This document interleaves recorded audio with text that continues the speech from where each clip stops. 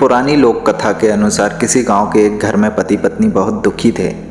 उनके जीवन में परेशानियां खत्म नहीं हो रही थी। उन्हें ऐसा लगने लगा था कि जीवन भर उन्हें सुख नहीं मिल पाएगा। उन्होंने देवी देवताओं की पूजा की, कई मंदिरों में प्रार्थना भी की, लेकिन उन्हें सकारात्मक फल नहीं मिल रहा था।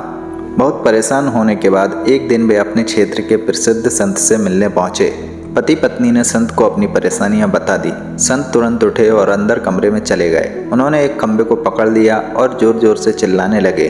आवाज सुनकर गांव वाले इकट्ठे हो गए। सभी ने पूछा कि गुरुजी को क्या हो गया। संत ने कहा कि ये खंबे ने मुझे पकड़ लिया है और छोड़ नहीं रहा है, मैं क्या करूं?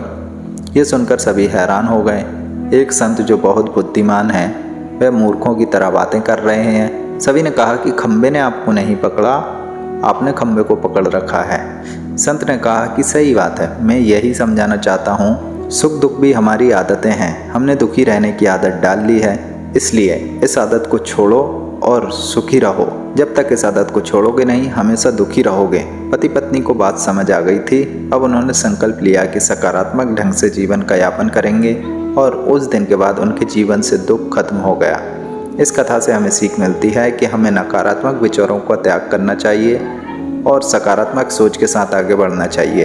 पुरानी बातों को छोड़ें और आने वाले कल के लिए सकारात्मक सोच रखें।